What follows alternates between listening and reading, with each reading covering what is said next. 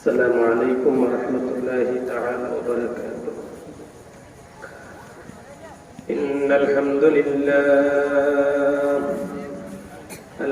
لله نحمده ونستعينه ونستغفره ونؤمن به ونتوكل عليه ونعوذ بالله من شرور أنفسنا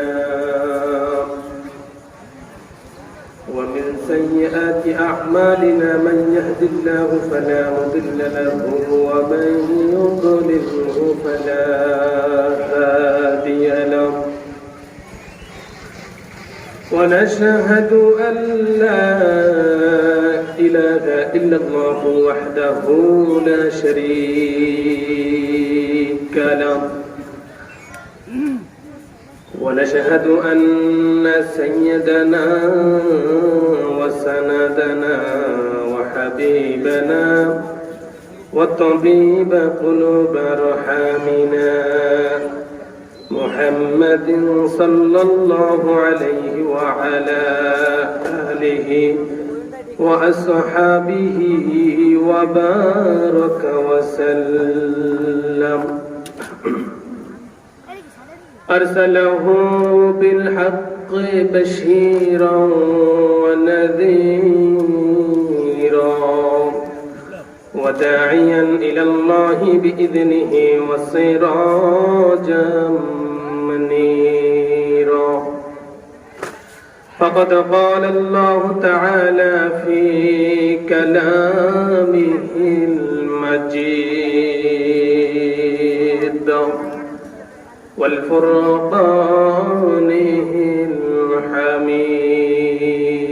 الحميد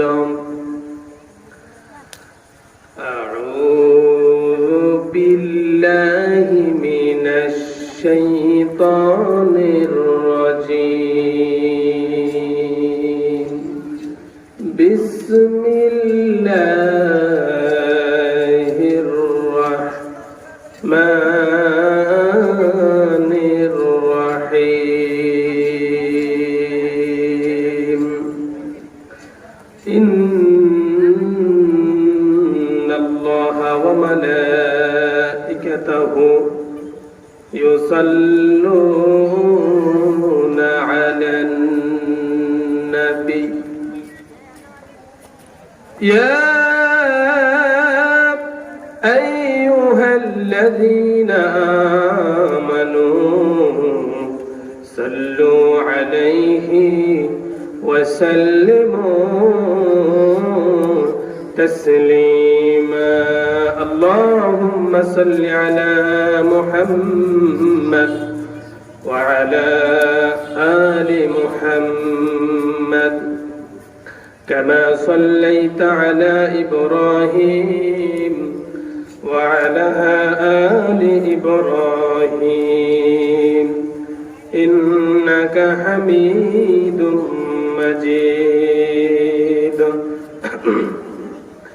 اللهم بارك على محمد وعلى آل محمد كما باركت على إبراهيم وعلى آل إبراهيم إنك حميد مجيد سبحان الله الحمد لله لا إله إلا الله سبحان الله الحمد لله لا إله إلا الله سبحان الله الحمد لله لا إله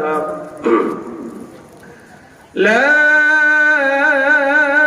إله إلا الله محمد رسول الله صلى الله عليه وسلم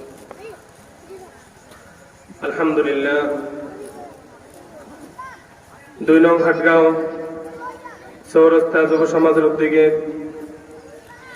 আজকের এই বার্ষিক তাফসীরুল কোরআন মাহফিলের প্রধান মেহমান প্রখ্যাত আলেমে দ্বীন বিশিষ্ট ইসলামী চিন্তাবিদ হযরত মাওলানা মাহমুদ হাসান ফেরদাউস। আজকের মাহফিলে আরো বয়ান রাখবেন বিশিষ্ট ইসলামী চিন্তাবিদ অধ্যক্ষ আলহাজ মোহাম্মদ মুনাব্বির হোসেন সাহেব। আজকের মাহফিলের আরো বয়ান রাখবেন হযরত মাওলানা মুফতি সোহাইব হোসেন আল ফরিদি সাহেব। আজকের মাহফিলে আমার সামনে যারা বসে আছেন, আমার কথার আওয়াজ যারা শুনতে পাচ্ছেন, আমার আশেপাশে আমার যে যুবক ভাইয়েরা রাস্তাঘাটে দাঁড়িয়ে রয়েছেন, আসুন আমরা সকলেই আমাদের মহান মালিক, আমাদের মহান রব, আরশের মালিক, জমিনের মালিক, আমরা আমাদের ভালোবাসাকে উজাড় করে দিয়ে অন্তরের অন্তরস্থল থেকে আমরা আকাশ বাতাস মুখরিত করে আমরা আমাদের মালিকের প্রশংসা আদায় করছি। সকলে বলছি আলহামদুলিল্লাহ।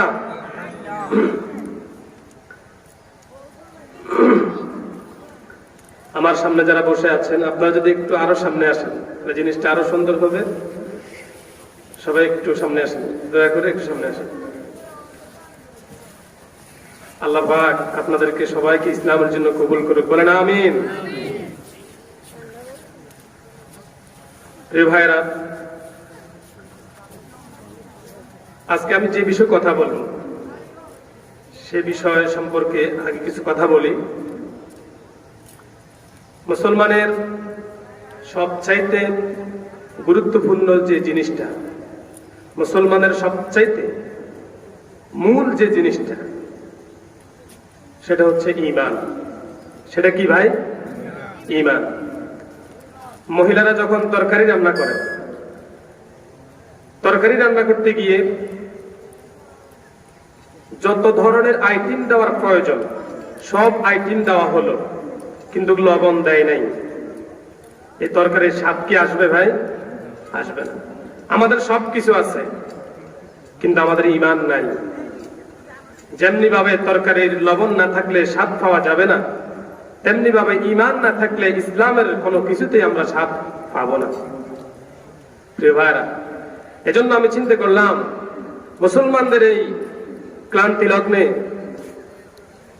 মুসলমানদের এই দুরবস্থার সময় রাসূল করিম সাল্লাল্লাহু আলাইহি ওয়াসাল্লামের ভবিষ্যৎবাণী যা ছিল যে এমন এক জামানা আসবে যে জামানায় আমার উম্মত সেই ঈমান রাখাটা তার জন্য এত কঠিন হবে যে আগুনের কয়লা হাতে রাখা যেমন কঠিন, মুসলমানের ঈমান রাখা তার চাইতে সবচাইতে বেশি কঠিন হয়ে যাবে। আমার প্রিয় ভাইরা, চতুর্দিকে ফিতনা আর ফিতনা। যে তাসবির দানা যদি একটা ছেড়ে পড়ে যায়, সঙ্গে সঙ্গে তাসবির দানা একটার পর একটা মাটিতে পড়তেই থাকবে। মুসলমানের সমাজে এখন ফিতনা একটার পর একটা আসতেই আছে, ঠিক কিনা বলেন? প্রিয় ভাইরা, তিনটা জিনিসের নাম হচ্ছে ঈমান। কয়টা জিনিসের নাম ভাই? তিনটা জিনিসের নাম হচ্ছে ঈমান। এক হচ্ছে বিশ্বাসগত তিনটা জিনিস। এক নাম্বার হচ্ছে মুখে স্বীকৃতি দেওয়া, দুই নাম্বার হচ্ছে অন্তরে বিশ্বাস করা। মুখে স্বীকৃতি, অন্তরে বিশ্বাস অনুযায়ী কাজে পরিণত করার নাম হচ্ছে ঈমান। আমার মুখে যেমন, আমার অন্তরে তেমন, আবার আমার কাজে কর্ম তেমন, এটার নাম ঈমান। আমি মুখে একরকম, অন্তরে আরেক রকম, কাজে আরেক রকম, ঈমান ঠিক মতন পূর্ণাঙ্গ হয় নাই। আমার প্রিয় ভাইরা, ঈমান কাকে বলে? রাসূল করিম সাল্লাল্লাহু আলাইহি ওয়াসাল্লাম আল্লাহ তাআলার পক্ষ থেকে তিনি যা কিছু নিয়ে এসেছেন, আমাদেরকে যাহা কিছু আদেশ করেছেন, যাহা কিছু নিষেধ করেছেন, সবকিছু মানার নাম হচ্ছে ঈমান। কেউ যদি বলে রমজান মাসের রোজা হচ্ছে 30টা, আমি রাখবো 25টা, 5টা রাখবো না, তাহলে সে আল্লাহর হুকুম লঙ্ঘন করেছে কিনা বলেন? ঠিক তেমনি ভাবে আল্লাহ তাআলার প্রত্যেকটি হুকুম মানার নাম হচ্ছে ঈমান। আমার প্রিয় ভাইরা, আজকে আমি যে কথাগুলো বলতে চাই যে কি কোন কারণে আমাদের ঈমান ভেঙে যায়, আমাদের ঈমান চলে যায়। কোন কারণে আমাদের ঈমান থাকে না, কি করলে ঈমান থাকে না, সেই ঈমান ভঙ্গের কারণগুলা আমি ছোট্ট আল্লাহ তাআলার একজন গোলাম, আমার ভিতরে কোনো ইলম কালাম নাই, আমি তেমন কোনো বড় ধরনের কিছুই নাই, আমি একজন ছাত্র মানুষ, যতটুক আমি লেখাপড়া করেছি তদ অনুযায়ী আমি আপনাদের সামনে কথাগুলো উপস্থাপনা করতে যাচ্ছি। প্রিয় ভাইয়েরা, ঈমান ভঙ্গের যে কারণগুলা আমি ইনশাআল্লাহ চেষ্টা করব, যতটুক সময় পারি ততটুক ইনশাআল্লাহ বলার চেষ্টা করব। আমার প্রিয় ভাইয়েরা, তাহলে আমাদের ঈমানটা খুব দামি জিনিস ভাই, ঈমানটা খুব মূল্য জিনিস। ও ভাই, টাকা পয়সা গাড়ি বাড়ি যদি আপনার হারাই যায়, আপনার মোবাইল হারানো গেছে, হয়তোবা 10 দিন পরে আরেকটা মোবাইল ব্যবস্থা করতে পারবেন। ভাই, ঈমান ছাড়া যদি কবরে যান, আপনার জন্য জান্নাত আর নসিব হবে না। ঈমান এই জন্য এটা অন্তরের বিষয়, এটা গোপনীয় বিষয়। ঈমান যেন আপনার কেউ চুরি না করতে পারে। ভাই, মোবাইল চুরি করলে আবার মোবাইল পাওয়া যাবে, বাড়ি গাড়ি সব শেষ হয়ে গেলে আবার পাওয়া যাবে। আমার ঈমান চলে গেলে, আমার ঈমান যদি না থাকে, আমার সবকিছু আমি হারিয়ে ফেলবো। কারণ কিয়ামতের ময়দানে সর্বপ্রথম যে বিচারটা হবে সেটা হবে ঈমানের বিচার। প্রিয় ভাইরা, কিয়ামতের মাঠে তিন বিচার হবে। প্রথম বিচার হবে ঈমানের, 2 নাম্বার বিচার হবে বান্দার হকের, 3 নাম্বার বিচার হবে আল্লাহর হকের। ঈমান আছে, তারপরে বলা হবে বান্দার হক দেখো, বান্দার হক নষ্ট করছে কিনা। বান্দার হক ঠিক, ঈমানও ঠিক, আল্লাহর হক দেওয়া হবে, আল্লাহর হক খুলে খুলে দেখা হবে। এই লোকটা আল্লাহর হক পুরোপুরি পালন করতে পারে নাই, কিছু করছে কিছু করে নাই।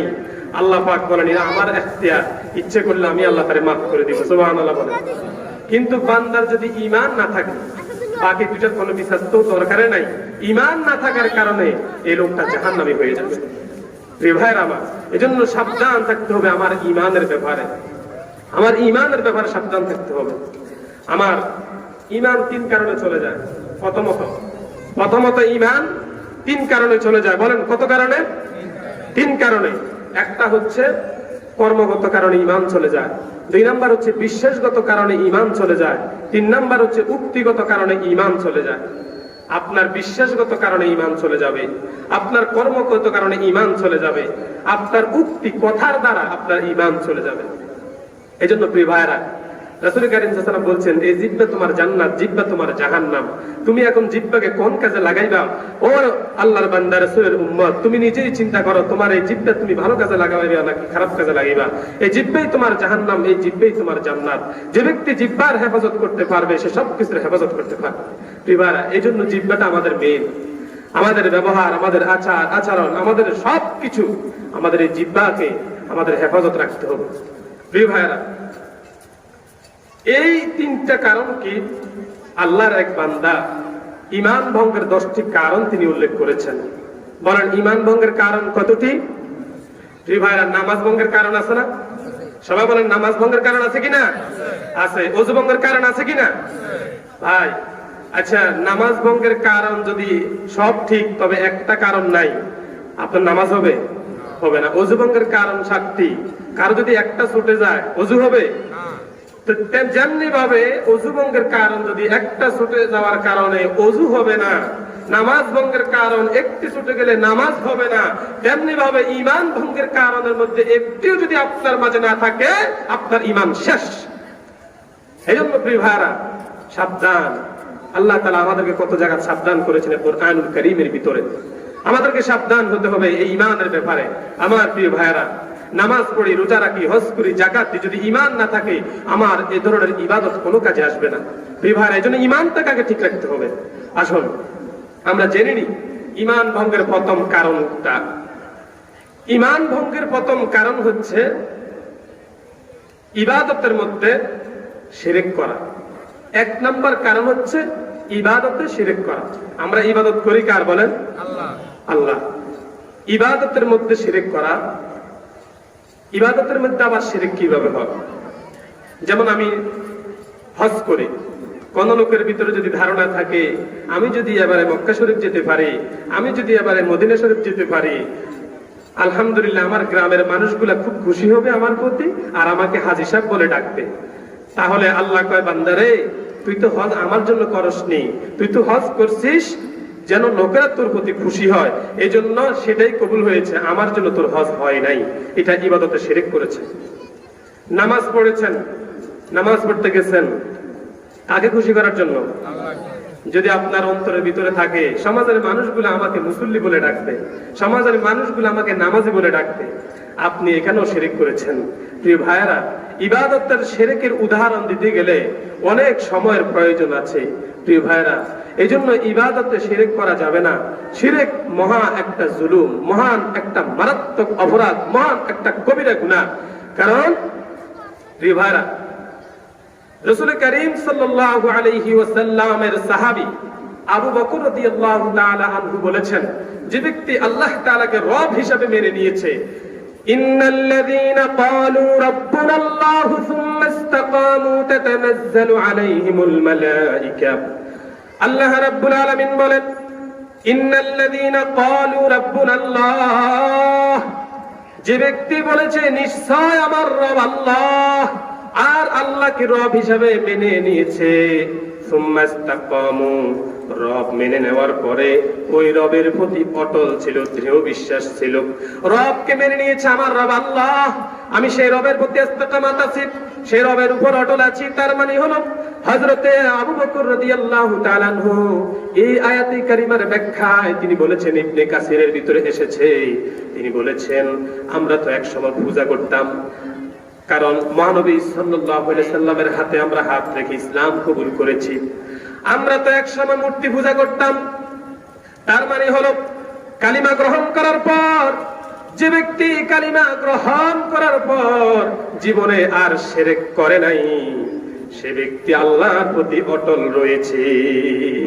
শিরক এত মারাত্মক তিনি বলে, কারণ আল্লাহ রাব্বুল আলামিন নিজেও কুরআনুল কারীমের ভিতরে বলেছেন, ইন্নাল্লাহা লা ইউগফিরু আন ইউশরাকা বিহি মা দুনা যালিকা লিমান ইয়াশাউ ওয়া মান ইউশরিক বিল্লাহি ফাকাদ ইফতারা ইসমান আযীমা। আমার প্রিয় ভাইরা, আল্লাহ রাব্বুল আলামিন বলছেন, ইন্নাল্লাহা লা ইয়াগফিরু, আল্লাহ তাআলা ক্ষমা করবেন না, আন ইউশরাকা বিহি, আল্লাহ তাআলার সাথে যারা অংশীদার স্থাপন করেছে, শিরক করেছে, আল্লাহ পাক রব্বুল আলামিন বলেন আমি শিরকের গুনাহগুলো maaf করব না। ইন্নাল্লাহা লা ইয়াগফিরু আন ইউশরাকা বিহি ওয়া ইয়াগফিরু মা দুনা যালিকা লিমান ইয়াশা।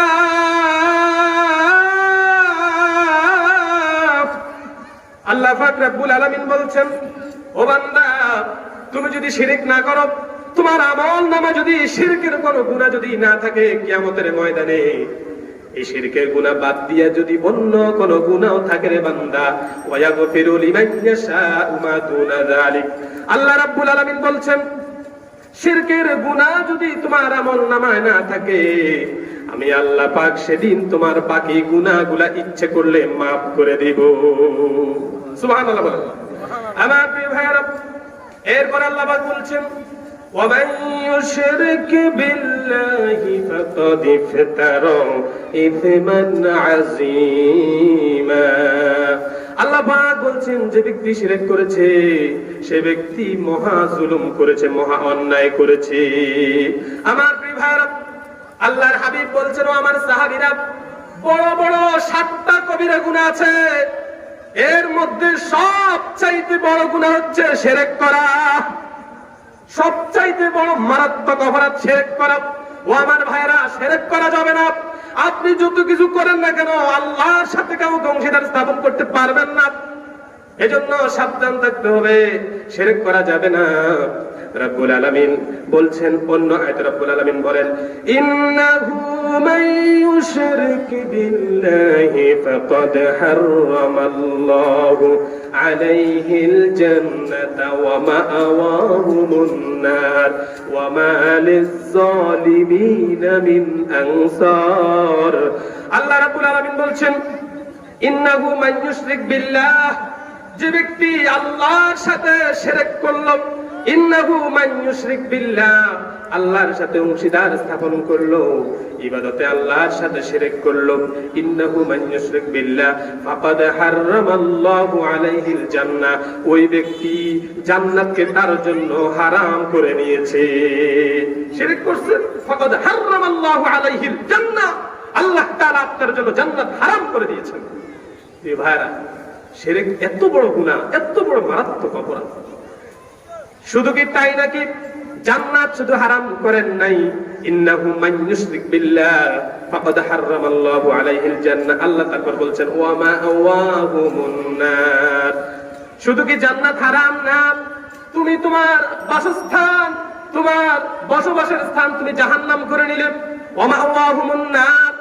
এরপর বলছেন ওয়া মা লিয-যালিমিনা মিন আনসার, আল্লাহ পাক রব্বুল আলামিন বলছেন যারা শিরক করেছে সবচাইতে জালেম ব্যক্তি সেদিন সেই ব্যক্তি হবে, তার জন্য কোনো সাহায্যকারী সেদিন আসবে না, সেদিন আপনার পক্ষে কেউ কোনো সাহায্য করবে না। আমার প্রিয় ভাইরা, শিরক এত বড় মারাত্মক গুনাহ। আমার প্রিয় ভাইরা, হযরত আদি বিন হাতিম তাই রাদিয়াল্লাহু তাআলা আনহু থেকে বর্ণিত, রাসূল কারীম সাল্লাল্লাহু আলাইহি ওয়াসাল্লাম বলেছেন আল্লাহ রাব্বুল আলামিন কিয়ামতের মাঠে একদল লোককে আল্লাহ ফেরেশতাকে বলবে, ও আমার ফেরেশতার দল, ওই দলটাকে ধরো আর তাদেরকে জান্নাতের দিকে নিয়ে যাও। ফেরেশতারা ওই দলের কাছে যাবে আর বলবে আল্লাহ পাক বলেছেন তোমাদেরকে জান্নাতের দিকে নিয়ে যাওয়ার জন্য। আল্লাহ তাআলার ফেরেশতারা ওই দলটাকে জান্নাতের দিকে নিয়ে যাবে। জান্নাত দরজা পর্যন্ত যাওয়ার পর আল্লাহ পাক রব্বুল আলামিন ফেরেশতাদেরকে বলবেন, ও আমার ফেরেশতারা, এই দলটাকে জান্নাতের নাজ নিয়ামতগুলো দেখাও, জান্নাতের ফাসাদগুলো দেখাও, জান্নাতের হুর গেলমানগুলো দেখাও। আল্লাহর ফেরেশতারা ওই দলটাকে জান্নাতের সকল নাজ নিয়ামত দেখাবে।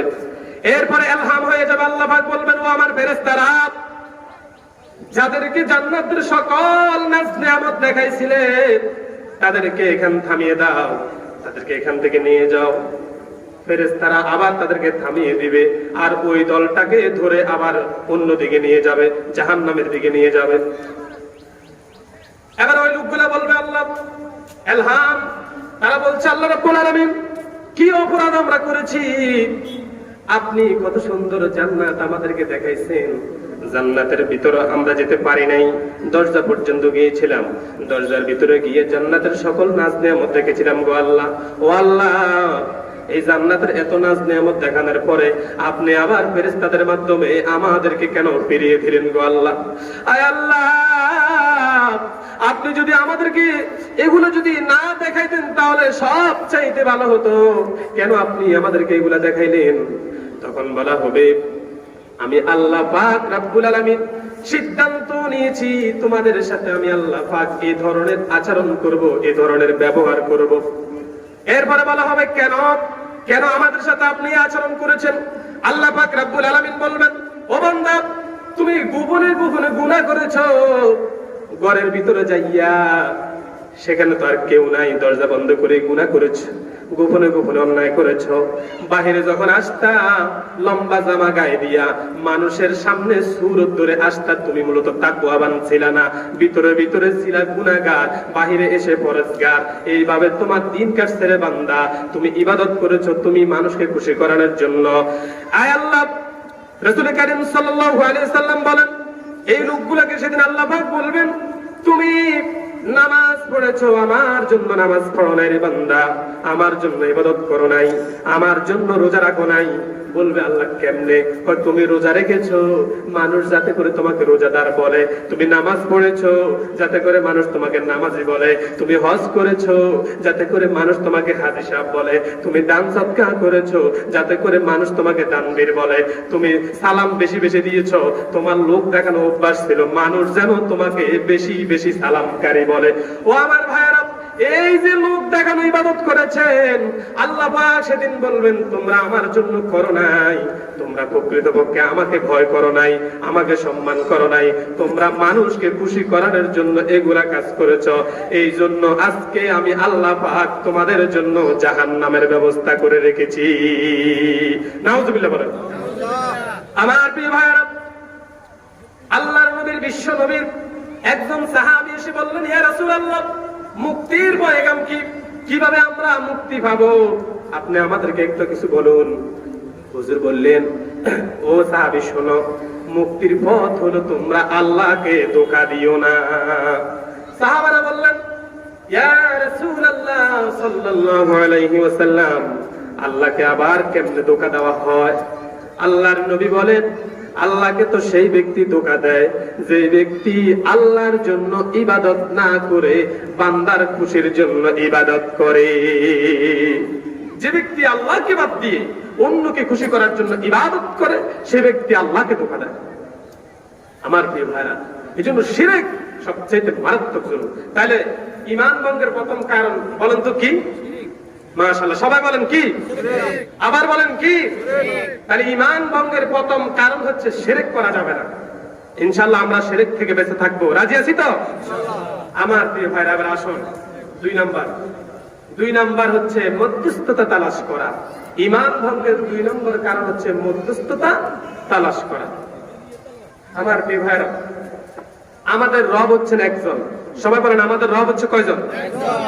আমরা এক মাহবুদের গোলামি করি, এক ইলাহের গোলামি করি। দ্বিতীয় কোনো ইলাহ নাই, দ্বিতীয় কোনো মাহবুদ নাই, এর মধ্যে কোনো মধ্যস্থতা নাই। আমরা কোন জিনিসের পূজাও করি না। এই জন্য আল্লাহ পাক রব্বুল আলামিন বলছেন, মধ্যস্থতা তোমরা তালাশ করিও না।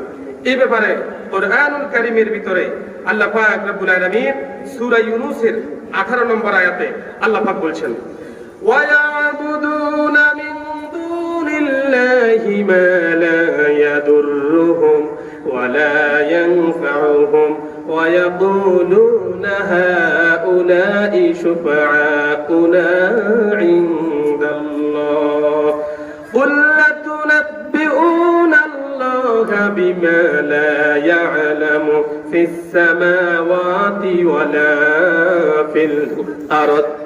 আল্লাহ রাব্বুল আলামিন বলেন, ওয়ায়াবুদুনা মিন দুনিল্লাহ, তোমরা ওই আল্লাহ রাব্বুল আলামিনকে বাদ দিয়া যার ইবাদত করো, যার গোলামি করো, যার পূজা করো, আল্লাহকে বাদ দিয়া, আল্লাহকে রব হিসেবে স্বীকার না করিয়া তোমরা অন্য যাদের গোলামি করো, অন্য যাদের পূজা করো, অন্য যাদের ইবাদত করো, ও বান্দা শোনো, মা লা ইয়াদুররুহুম ওয়া লা ইয়ানফাউহুম, তারা কোনদিন তোমার উপকারও করতে পারবে না।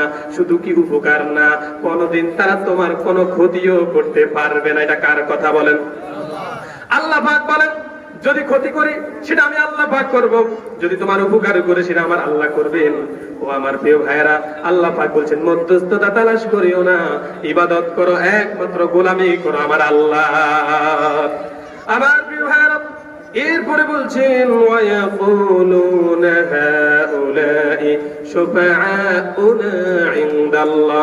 আল্লাহ পাক বলেন, তারা মনে করেছে মধ্যস্থতা যদি তালাশ করি কিয়ামতের মানে তারা আমাদের জন্য সুপারিশ করবে, আমাদের জন্য শাফায়াত করবে।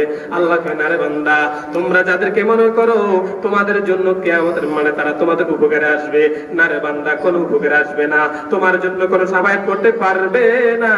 আমার আল্লাহ পাক বলেন, কিয়ামতের মাঠে আমি আল্লাহ হুকুম ছাড়া আমার কোনো বান্দা, আমার কোনো রাসূল, আমার কোনো কেউ কোনো শাফায়াত করতে পারবে না।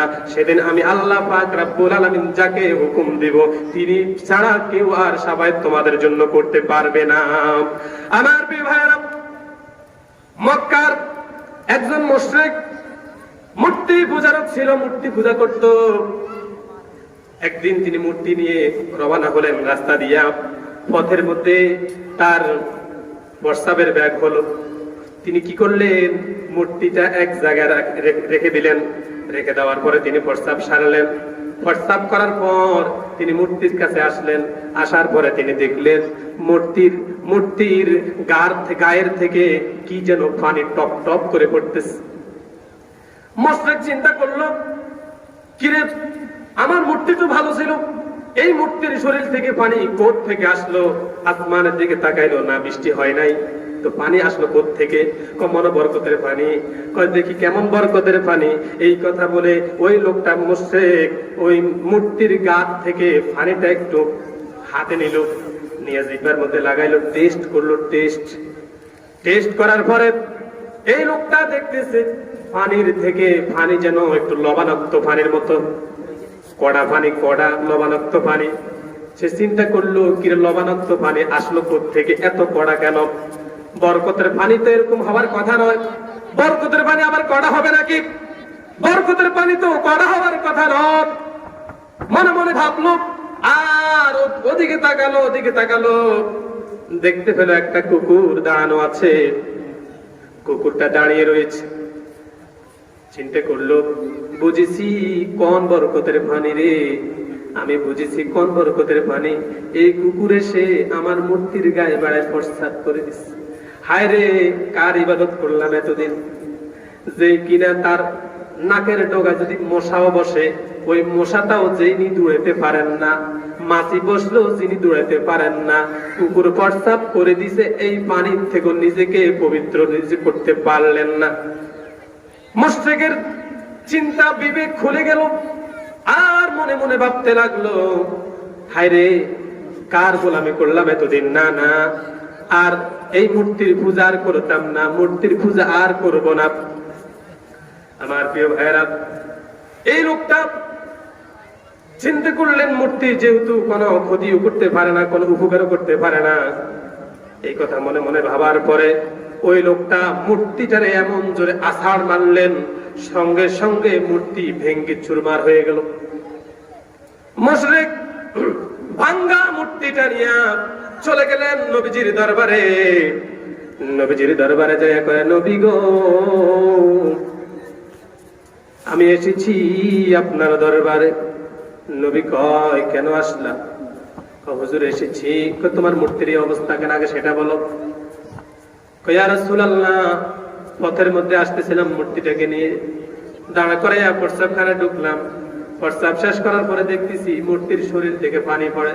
হুজুর, আমি বুঝলাম কিসের পানি, কিসের পানি। চতুর্দিকে তাকায় দেখলাম কুকুর ছাড়া কোনো কিছু দেখা যায় না, আর দেখলাম কুকুরটা ওই মূর্তির শরীর গায়ে প্রস্রাব করে দিচ্ছে। ইয়া রাসূলুল্লাহ সাল্লাল্লাহু আলাইহি ওয়াসাল্লাম, আমার বিবেক খুলে গেল, আমি বুঝলাম যে এটা কোনো বরকতের পানি নয়, অর্থাৎ এই মূর্তি আমার কোনো উপকার করতে পারবে না। ইয়া রাসূলুল্লাহ, আমি এসেছি আপনার কাছে কালিমা কবুল করার জন্য। মুশরিক যখন আল্লাহর হাবিবের কাছে এই বর্ণনাগুলো দিচ্ছেন, তখন নবীজি মুস্কি হেসে দিলেন। মুস্কি হেসে দেওয়ার পরে হুজুর বললেন, হে মুশরিক, তুমি যেহেতু আমার দরবারে এসেছো, তোমার ভুল তুমি বুঝতে পেরেছো। ও মুশরিক, তুমি পড়ো লা ইলাহা ইল্লাল্লাহু মুহাম্মাদুর রাসূলুল্লাহ সাল্লাল্লাহু আলাইহি ওয়াসাল্লাম। আমার প্রিয় ভাইরা, এই ব্যাপারে আল্লাহ পাক রব্বুল আলামিন ইবাদত করতে হবে একনিষ্ঠ আল্লাহর। আল্লাহ পাক কোরআনুল কারীমের ভিতর আল্লাহ পাক রব্বুল আলামিন সূরা জুমার আল্লাহ পাক 3 নম্বর আয়াতে আল্লাহ পাক বলছেন, আলা লিল্লাহিদ দীনিল খালিস ওয়াল্লাযীনা ইত্তাখাযু মিন দুনিহি আউলিয়া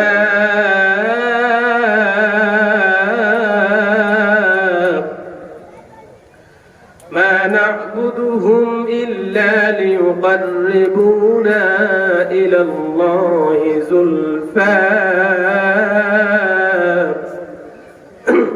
আল্লাহ পাক রব্বুল আলামিন এই আয়াতে কারিমার ভিতরে বলছেন, আলা লিল্লাহিদ দীনিল খালিস। সাবধান, আল্লাহ আয়াতে কারিমা বান্দাকে সাবধান করতেছে। আলা মানে সাবধান। আল্লাহ পাক বলছেন, আলা লিল্লাহিদ দীনিল খালিস, দিন হবে একমাত্র আল্লাহর জন্য খালিস। আল্লাহ রাব্বুল আলামিন বলছেন, ও বান্দা, তোমার নামাজ, তোমার রোজা, তোমার হজ, তোমার যাকাত, তোমার কুরবানি, তোমার দান, তোমার সাদকা, তোমার ভালো কাজ, সবকিছু একমাত্র আল্লাহর জন্য। দিন হবে একমাত্র খালিস, একনিষ্ঠতা। ও বান্দা, এর ভিতরে কোনো কিছু ঢুকাইও না, এর ভিতরে কোনো কিছু ঢুকানো যাবে না। একমাত্র সবকিছু করতে হবে কার জন্য? আমার প্রিয় ভাইরা, আজকে এই চৌরাস্তা যে যুবকেরা মাহফিলের আয়োজন করেছে, এই যুবকদের অন্তরে যদি এটা থাকে, ওগো আল্লাহ, মাহফিলের আয়োজন করেছি শুধুমাত্র তোমার সন্তুষ্টির জন্য রব্বুল আলামিন, দুনিয়ার কোন মানুষ দেখানোর জন্য মাহফিল আয়োজন করি নাই। যুবক ভাইদের যদি এই নিয়ত থাকে, আমার আল্লাহ পাক রব্বুল আলামিন তাদের ওই একনিষ্ঠতা কবুল করে নেবে। আর যদি তাদের খালেস নিয়ত যদি না থাকে, তাদের নিয়তের মধ্যে যদি গড়মিল থাকে, তাহলে সেটা তারা যে নিয়তে করেছে সেই নিয়তের জন্য সেই মাহফিল কবুল হয়ে যাবে, আল্লাহর জন্য সেটা কোনোদিন কবুল হবে না। এজন্য দিন হতে হবে খালেস একমাত্র কার জন্য বলেন? আমার প্রিয় ভাইয়েরা, আমরা মানুষকে দাওয়াত দিই, মানুষকে খাওয়াই আবার সালাম দিই। আমি মানুষ খাওয়াইলাম আল্লাহর খুশির জন্য, আমি সালাম দিলাম আল্লাহর খুশির জন্য, আমি নামাজ পড়লাম আল্লাহর খুশির জন্য। আমার সব কিছু হবে একমাত্র কে খুশির জন্য বলেন? প্রিয় ভাইরা, 1 নাম্বার বলছি শিরক, আর 2 নাম্বার বলছি মধ্যস্থতা তালাশ করা যাবে না।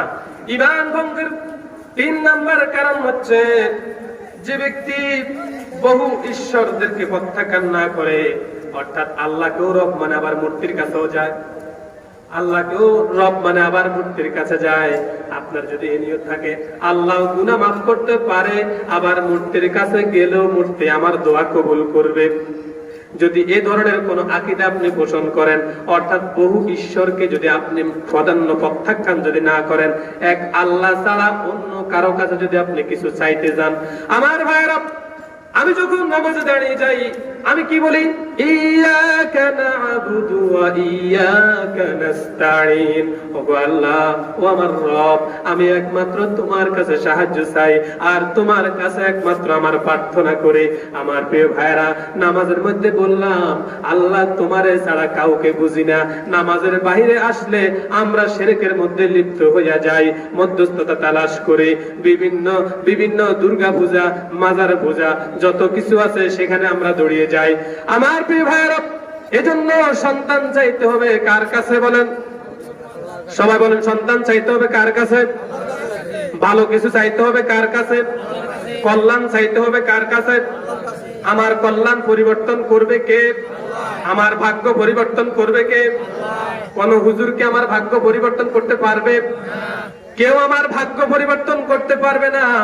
আমার সব কিছু একমাত্র সব কিছু করতে পারবেন একমাত্র আমার আল্লাহ।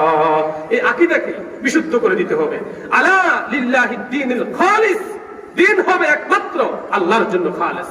এটাই আল্লাহ তাআলা সূরা জুমারের মধ্যে আল্লাহ তাআলা বলছেন, আলা লিল্লাহিদ দীনুল খালিস ওয়াল্লাযীনা ইত্তাখাযু মিন দুনিহি আউলিয়া। দিন হবে একমাত্র আল্লাহর জন্য খালিস। আমার প্রিয় ভাইরা, তাহলে 3 নাম্বার হলো বহু ঈশ্বরকে প্রত্যাখ্যান না করা, আল্লাহর কাছেও চাওয়া, অন্যের কাছেও চাওয়া, এটা করা যাবে না। 4 নাম্বার হলো যে ব্যক্তি মহানবী সাল্লাল্লাহু আলাইহি সাল্লামের পরিপূর্ণতা যে দিক নির্দেশনা যে ব্যক্তি অমান্য করবে, রাসূল করিম সাল্লাল্লাহু আলাইহি সাল্লামের পরিপূর্ণতা যে দিক নির্দেশনাগুলো রয়েছে, যে ব্যক্তি এগুলার একটাও যে ব্যক্তি অমান্য করবে তার ঈমান ভঙ্গ হয়ে যাবে। তাহলে 4 নাম্বার কি বললাম? যে ব্যক্তি মহানবী সাল্লাল্লাহু আলাইহি সাল্লামের পরিপূর্ণতা দিক নির্দেশনা, মুহাম্মদ রাসূলুল্লাহ সাল্লাল্লাহু আলাইহি ওয়াসাল্লামের ফয়সালা যে ব্যক্তি পূর্ণাঙ্গভাবে মেনে নিতে পারবে না, তার ঈমান ভেঙে যাবে। তাহলে ঈমান ভঙ্গের 1 নাম্বার কারণ শিরক করা যাবে না, শিরক করলে ঈমান শেষ। 2 নাম্বার বললাম মধ্যস্থতা তালাশ করা যাবে না, মধ্যস্থতা তালাশ করলে ঈমান শেষ। 3 নাম্বার বললাম যে বহু ঈশ্বরকে প্রত্যাখ্যান করতে হবে, এক আল্লাহকে মেনে নিতে হবে, নতুবা ঈমান শেষ। 4 নাম্বার বললাম মহানবী মুহাম্মদ রাসূলুল্লাহ সাল্লাল্লাহু আলাইহি ওয়াসাল্লামের পরিপূর্ণ দিক নির্দেশনা, তার পরিপূর্ণ ফয়সালাকে আমাকে আপনাকে উম্মত হিসেবে মেনে নিতেই হবে, এটার নাম ঈমান। আর এটা যদি মেনে নিতে না পারি ঈমান ভঙ্গ হয়ে যাবে। প্রিয় ভাইরা, 5 নাম্বার হলো যে ব্যক্তি নবী করিম সাল্লাল্লাহু আলাইহি সাল্লাম যা কিছু নিয়ে এসেছেন তার প্রতি যদি কোনো কিছুর প্রতি সন্তুষ্ট থাকলো আর কোনো কিছুর প্রতি যদি অসন্তুষ্ট থাকে, তাহলে সে ব্যক্তির ঈমান ধ্বংস হয়ে যাবে।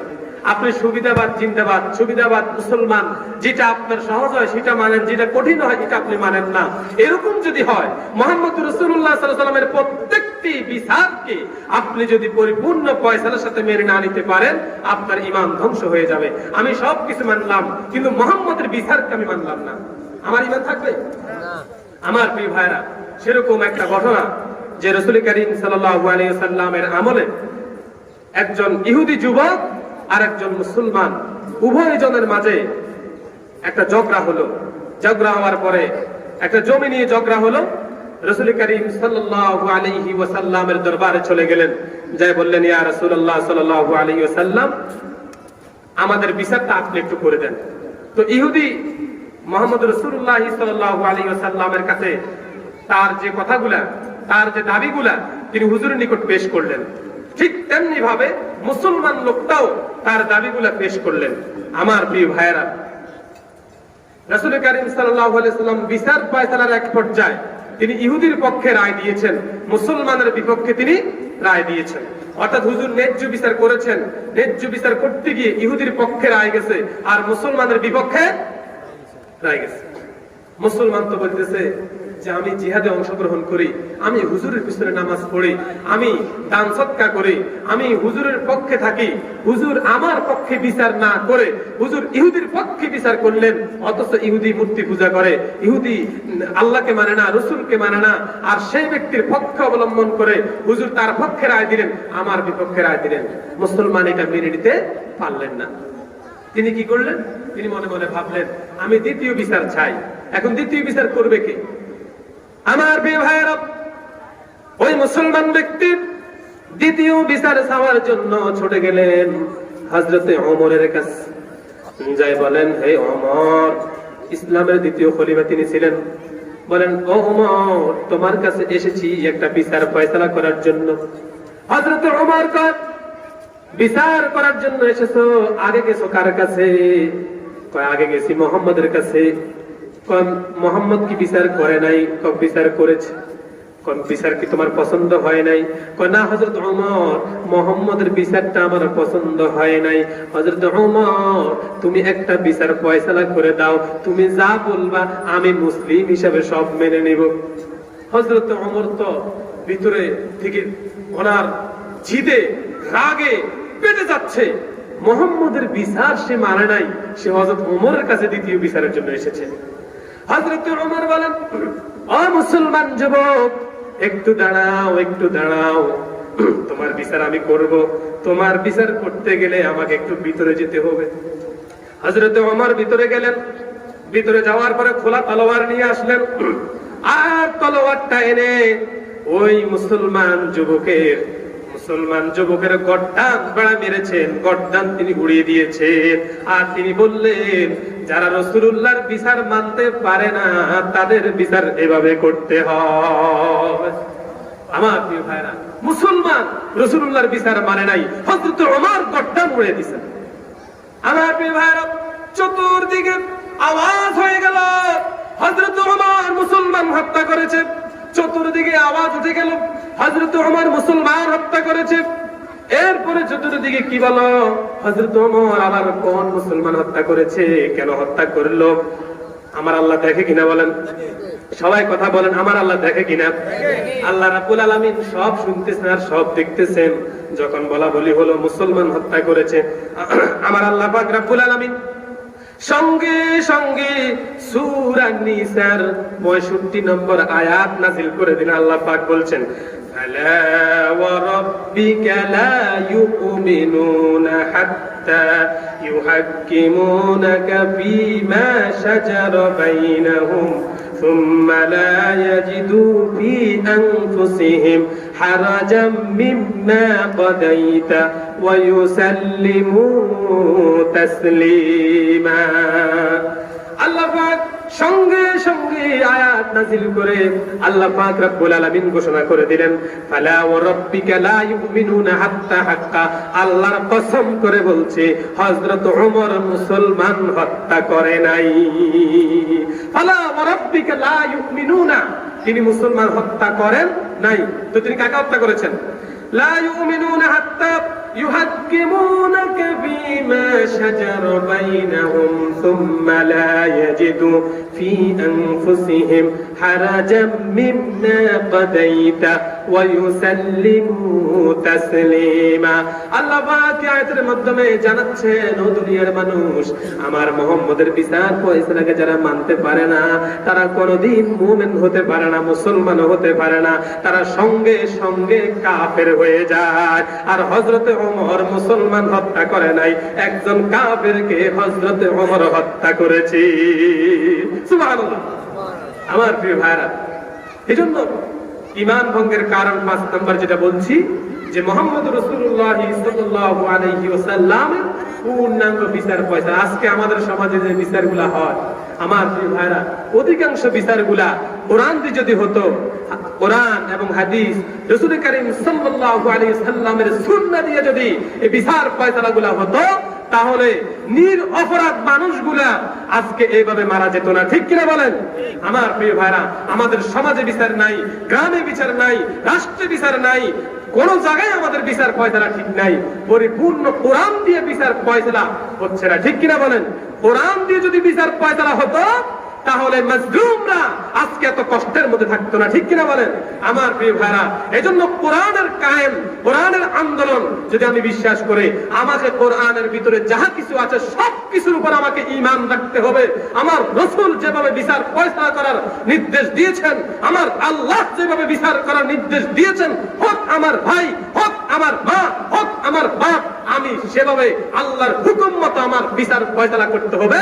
এটার নাম হচ্ছে মুসলমান, এটার নাম হচ্ছে ঈমান। ঠিক কিনা বলেন? আমার প্রিয় ভাইরা, কিন্তু আমি স্বজনপ্রীতি করলাম, আমার ভাই ও আমার আব্বা, আমি আমার আব্বার পক্ষে থাকবো না, তোমার পক্ষে থাকবো নাকি? আমি আমার আব্বার পক্ষে থাকতে গিয়ে অথচ বিচার যদি আমি পূর্ণাঙ্গ করতে যাই, আমার আব্বা অপরাধী হয়। আমি কি করলাম? আমি শয়তানি করলাম, শয়তানি করে আব্বাকে বাঁচাই দিলাম। আমার প্রিয় ভাইরা, এই দুনিয়ার মধ্যে শয়তানি করে আব্বাকে বাঁচাতে পারলেন, কিয়ামতের মাটিকে আপনি বাঁচতে পারবেন? পারবেন না। এজন্য বিচার ফয়সালা করতে হবে রাসূলুল্লাহ সে আইন মোতাবেক।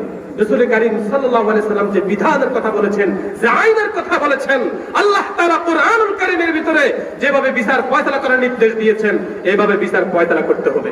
আমার প্রিয় ভাইরা, তাহলে আমরা শান্তিতে থাকতে পারবো। কিন্তু আজকে দেখা যাচ্ছে চোর, ডাকাত, বাটপার, বদমাশ, সুদখোর, মদখোর, তারা প্রকাশ্যে ঘুরে বেড়ায়, তাদের কোনো বিচার হয় না। ভালো ভালো মানুষগুলো দুনিয়া থেকে শেষ হয়ে যাচ্ছে। ঠিক কিনা বলেন? আমার প্রিয় ভাইরা, আমাদের সমাজের বিচারের কথা আপনি বলেন না কেন? আপনাকে 500 টাকা ধরাই দিছে, ভাই ধরেন 500 টাকা নিয়ে নেন, চা খান। মাশাআল্লাহ, হযরত তো চা খাইয়া আর 500 টাকা পাইয়া একেবারে সব ভুলে গেছে। সেখানে যাইয়া বস ওর বিপরীত এমন ভাবে গড় গড় করে বলা আরম্ভ করছে, মনে হয় ওর মতো সত্যবাদী আর কেউ হতে পারে না। ঠিক কিনা বলেন? এবার 500 টাকার বিনিময়ে তার ঈমান বিক্রি হয়ে গেল। ঈমান বিক্রি হয়েছে 500 টাকার বিনিময়ে। আপনি কি জানেন, এই 500 টাকার বিনিময়ে ঈমান বিক্রি করেন নাই, আপনি জান্নাতকে ধ্বংস করে দিয়েছেন। ঠিক কিনা বলেন? এই ভাইরা আমার, এই জন্য সমাজের বিচারগুলো যদি স্বচ্ছ হতো, সমাজের আইনগুলো যদি স্বচ্ছ হতো, আমার এত নিরপরাধ ভাইয়ের বিপক্ষে কোনো রায় যেত না। এই ভাইরা, গরিবের পক্ষে বিচার হয় না, ধনীর পক্ষে বিচার হয়। ঠিক কিনা বলেন?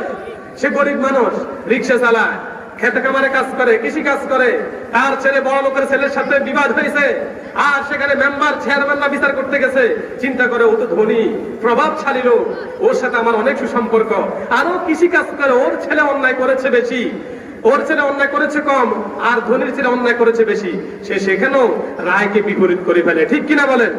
গরিবের পক্ষে রায় যায় না, ওই ধনীর পক্ষে রায় চলে যায়। আল্লাহর কাছে জবাব দিতে হবে। ও আমার প্রিয় ভাইরা, মুসলমান হিসাবে আমরা যেহেতু হয়েছি, আমরা কাপুরুষের জাতি নয়, আমরা হচ্ছি বীরের জাতি। ঠিক কিনা বলেন? এই জন্য সদা সর্বদা যেখানে সেখানে আমাদেরকে সত্য কথা বলতে হবে, আমাদেরকে সত্যের পক্ষে থাকতে হবে, সত্য নিয়ে চলতে হবে। তাহলে আমাদের এই সত্য বলার কারণেও যদি আমার মৃত্যু যদি হয়ে যায়, সেটা আমার ঈমানি মৃত্যু হবে। ঠিক কিনা বলেন? প্রিয় ভাইরা, তাহলে রাসূলুল্লাহ সে বিচার ফয়সালা আমরা ইনশাআল্লাহ মানব তো? 6 নাম্বার হলো, প্রিয় ভাইরা, ঈমান ভঙ্গের 6 নাম্বার হলো যে ইসলামের কোনো কিছুকে তিরস্কার করা, কৌতুক করে হালাই দেওয়া, মুখে যেমনি আসছে তেমনি বলে, ভাই নামাজ পড়বেন না, আরে মিয়া বাদ দাও, চাই নামাজ টামাজ, এটা আবার কি? এটা পড়ার দরকার আছে? এই যে আপনি নামাজকে তিরস্কার করলেন, ভাই মাহফিলে যাবেন না, আরে মিয়া কিসের তোমাদের মাহফিল তাহফিল, মিয়া এগুলোতে কি প্রয়োজন আছে আমার? এই যে আপনি তিরস্কার করলেন মাহফিলকে, তিরস্কার করলেন নামাজকে, তিরস্কার করলেন হজকে, আপনি বললেন আরে মিয়া কিসের এত টাকা দিয়ে আমি হজ করবো? কোনো দরকার আছে? খাইতে আর কাম নাই, আমার লক্ষ লক্ষ টাকা আমি বাদ দিয়া ধ্বংস করি আমি হজ করতে যাবো। নাউজুবিল্লাহ বলেন। এরকম লোক কি আমাদের সমাজে নাই? প্রিয় ভাইরা, এই যে আপনি কৌতুক করে, খেয়াল তামাশা করে দিনকে আপনি উড়িয়ে দিলেন, নিজের ইচ্ছা মতো বলে ফেললেন কৌতুক করে, অথবা আপনি মস্কারি করে হাসি তামসার মাধ্যমে আপনি যদি এই কাজগুলা করেন, আপনার ঈমান চলে যাবে। 7 নাম্বার হলো জাদু করা। যারা জাদু করে, যারা জাদুর কাছে যায়, তাদের ঈমান শেষ। জাদুকে বিশ্বাস করবেন না, গণককে বিশ্বাস করবেন না। আমার প্রিয় ভাইরা, আমাদের সমাজে বহু লোক আছে গণক বিশ্বাস করে, জাদু বিশ্বাস করে। ঠিক কিনা বলেন? কয় যে আমার মেয়ে বিয়ে দিছি, অথবা আমার মেয়ে বিয়ে ঠিক করলাম, এখন দেখি জামাই কি ভাগ্য ভালো হবে নাকি ভাগ্য খারাপ হবে, তো গণকের কাছে যায়। দেখো তো আমার জামাইয়ের ভাগ্যটা খারাপ হইব নাকি ভালো হইব, মেয়েটা বিয়ে দেওয়া যায় কিনা দেখো তো একটু। তো ওই গণক গুনতে তো অনেক কথা বলি ফেলে। প্রিয় ভাইরা, এটা আপনি বিশ্বাস করবেন না। গণকের কাছেও যাবেন না, জাদুর কাছেও যাবেন না, জাদু করবেন না। জাদু যারা করে, জাদুর কাছে যারা যায়, গণক যারা করে, গণকের কাছে যারা যায়, তাদের ঈমান শেষ, ঈমান নাই, তারা ঈমানহীন ব্যক্তি হয়ে যাবে। প্রিয় ভাইরা, এজন্য আমাদের বিশ্বাস থাকতে হবে কার প্রতি বলেন? আল্লাহর প্রতি। তাহলে 7 নাম্বার হলো জাদু করা যাবে না। প্রিয় ভাইরা, 8 নাম্বার হলো যে ব্যক্তি মুশরিক ইহুদিদেরকে সাহায্য সমর্থন করে, যে ব্যক্তি মুশরিকদেরকে, ইহুদিদেরকে সাহায্য করে, তার ব্যক্তির ঈমান থাকবে। 3টি রয়ে গেছে, আমি 7টি বলছি। আল্লাহ পাক রব্বুল আলামিন, আমি আসলে তেমন কিছু বলতে পারি নাই। আল্লাহ তাআলা আমার এই জবান দিয়ে, আমার মুখ দিয়ে আল্লাহ তাআলা যা বের করেছেন, আমার যদি কোনো ভুল ত্রুটি হয় আল্লাহ তাআলা যেন মাফ করে দেন, বলেন আমিন। বাকি যে কথাগুলো বলছি, প্রিয় ভাইয়ের আমার, আল্লাহ তাআলা আমাদের সবাইকে সঠিকভাবে বুঝার এবং আমল করার তৌফিক দান করে, বলেন আমিন। আল্লাহ এই মাহফিলকে কবুল করুক, বলেন আমিন। আমার যে যুবক ভাইয়েরা এই মাহফিলের জন্য কষ্ট করেছেন, শ্রম দিয়েছেন, আল্লাহ তাদের শ্রম গামকে কবুল করুক, বলেন আমিন। ইসলামের জন্য ভাইদেরকে কবুল করুক, বলেন আমিন। এই মাহফিল কিয়ামত পর্যন্ত কায়েম এবং দায়েম থাকুক, বলেন আমিন। আসসালামু আলাইকুম ওয়া রাহমাতুল্লাহি ওয়া বারাকাতুহু।